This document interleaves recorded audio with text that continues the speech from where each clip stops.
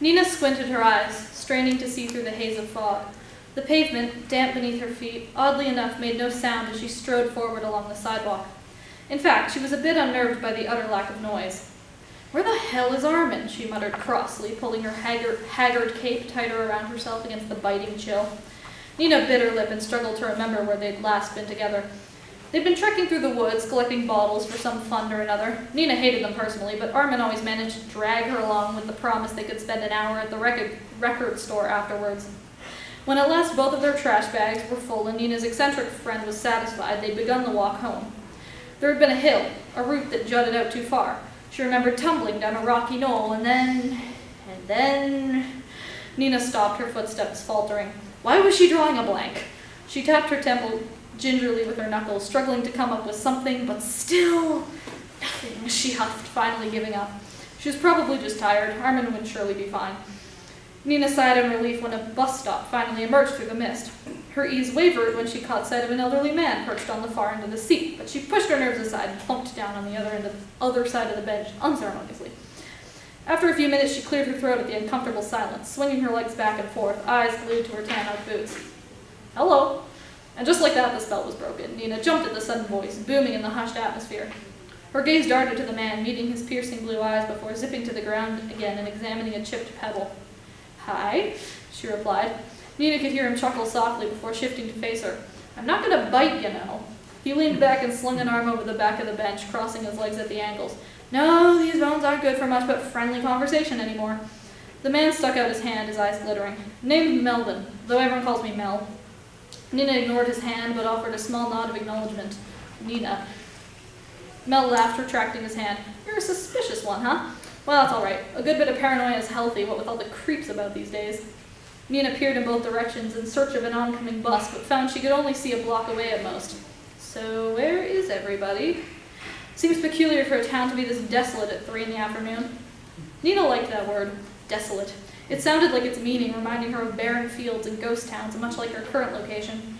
She decided she would use it should the opportunity arise. "Oh, folks aren't usually around on weekdays here," Melvin replied vaguely, waving a hand at the empty air to his right. Nina knocked the knuckles of her left thumb 3 times on the arm of the bench, raising an eyebrow suspiciously. "Weekdays? But it's Saturday." The corner of Mel's lips turned up in a slight smile and amused glint in his gaze. "Oh, is it? Well then, I suppose they aren't about on weekends either." Nina pursed her lips, irritated by his answers. What was the point of an answer if it answered nothing at all? In fact, could an answerless answer really be considered an answer? She filed away the question for further contemplation, appalled that their entire conversation so far amounted to nothing. She didn't much care for this Mel fellow, and as such would refrain from engaging in any further small talk. Unfortunately for her, her companion seemed to have other plans. "So, where are you from, Nina?" Nina huffed in frustration and turned sharply to Mel. "I find your constant commentary increasingly tiresome. If you would be so kind as to..." She was cut off by the sound of tires crunching along gravel as a bus appeared in the distance. She sighed in relief and stood, noting with pleasure the orderly appearance of the coach.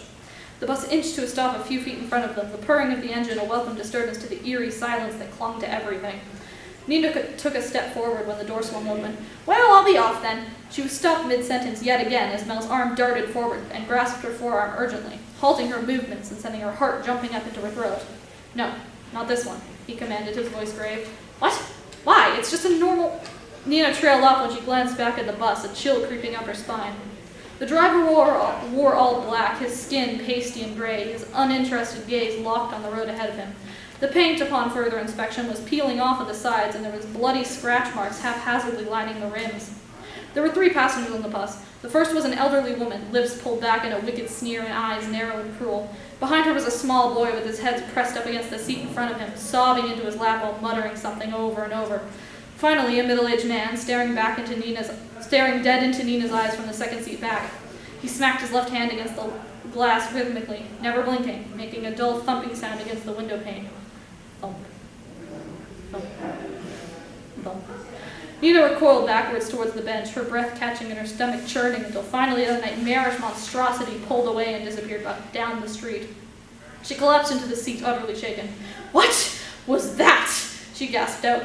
"Not your bus," Mel replied, his gaze locked gloomily in the direction the bus had disappeared. Nina swallowed her terror and decided to drop the subject. She kept her gaze locked on Mel, who was not so subtly avoiding eye contact. Her lips parted in the beginning of a sentence. She ought to apologize for being so rude, or at least say thank you, but the right words wouldn't surface. She'd never been good at talking to people. Finally, after several long moments of tense silence, Mel turned to her. "Your bus will be here in 7 minutes." Sure enough, 6 minutes and 52 seconds later, another bus emerged, rumbling to a halt in the same spot as the last. Nina stood warily, looking back at Mel and biting her lip hesitantly. "It's all right," he assured her. "This is the right one." Nina nodded and stepped onto the first stair. She turned her head halfway around and tilted it to the side in confusion. "Aren't you coming?" Mel shook his head. "No, I'm waiting for someone else." He gave her a reassuring smile, urging her forwards. Swallowing her anxiety, Nina returned her gaze to the bus. She was halfway on already. It seemed normal enough. "Nina, can't, begging you." She stopped short, her posture going rigid. Was that Armin? She looked around, but could see her friend nowhere in the immediate vicinity. "Oh God, wake, please." Nina shook her head roughly to clear the ominous voice from her head. She was obviously imagining things. She nodded sternly to herself, and with a short puff of air entered the bus. The driver tilted his frayed hat to her in a polite hello and closed the doors behind her. The bus was pleasantly warm in comparison to the temperature outside, but wasn't irritatingly stuffy. There were 16 other people in the vehicle. However, there was still plenty enough room for her to slide into her own seat. They were worn and slightly faded, but Nina found she didn't mind at all. She almost found it comforting. She ran her palm delicately along the vinyl and peered out the window. Mel was watching her carefully, and when their eyes locked, he lifted his hand in a silent farewell. Nina followed suit, a small grin spreading on her face. Thankfully, he seemed to have forgiven her brash attitude from earlier. The bus finally lurched forward, friendly chatter between passengers becoming a soothing constant around her. A boy in the seat in front of her twisted around in order to face her. He had gentle hazel eyes and a shock of hair dyed indigo. "Where are you headed?" he asked, bouncing his leg in a 2-4 pattern with anticipation. There was something sweet and excitable about this boy that Nina instantly liked. "I don't know," she replied, realizing it was the truth. She had no idea where she was or where this bus would be taking her. Nina leaned back in her seat and relaxed. She had a feeling it would take her exactly where she needed to be.